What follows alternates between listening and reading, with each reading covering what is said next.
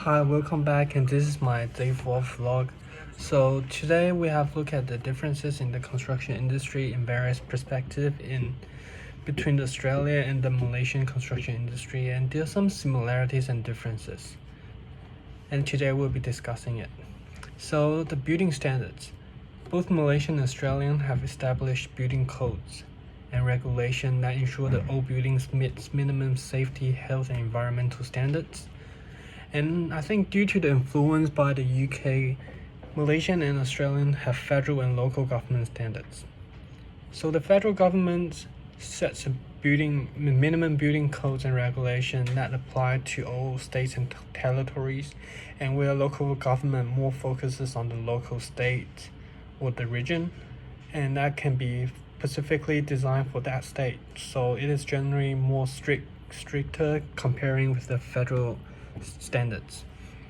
And the wages. Higher cost of living and stronger labor laws in Australia result in the wages for Australian construction workers to be higher comparing with the Malaysian construction workers. Hours. So Australian workers generally start earlier in the morning and finish earlier in the afternoon. And in contrast, due to the climate characteristics and other social issues, the right and the well-being of the construction workers in Malaysia are generally a concern. And in the meantime, some companies in Malaysia may require workers to work longer hours without overtime pay. If I'm a worker, I will not be happy.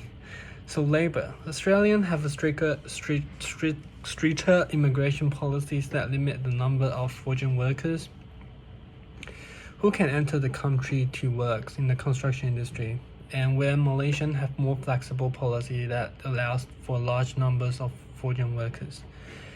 And the construction project in Australia tends to have longer project duration comparing with Malaysia, and this is due to the stricter regulation and higher safety standards in Australia, which can influence and slow down the construction process.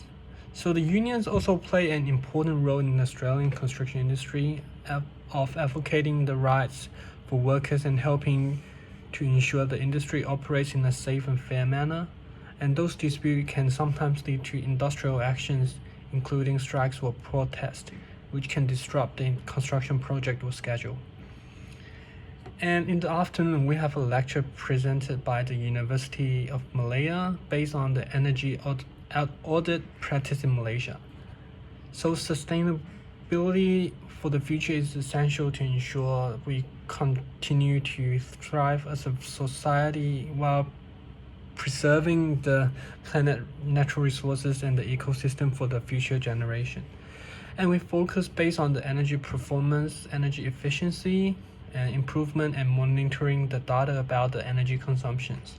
So we have looked at various action plan and goals that the Malaysian government have published as a foresight plan to target in the next 10 or maybe 20 or 30 years.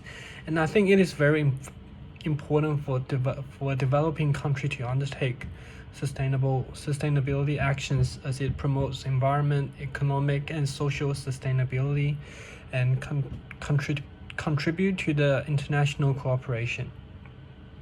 And I think this is the first lecture that presented by the University Malaya, so it is a little bit difficult for me to follow through the session because they speak a little bit fast, and the Malay English is generally harder for me to understand because English is not my first language. And sometimes Zoom can make their voice unclear, but anyway, the lecture presented by the University Malaya is still very good, and I really enjoy it. Yep, thanks.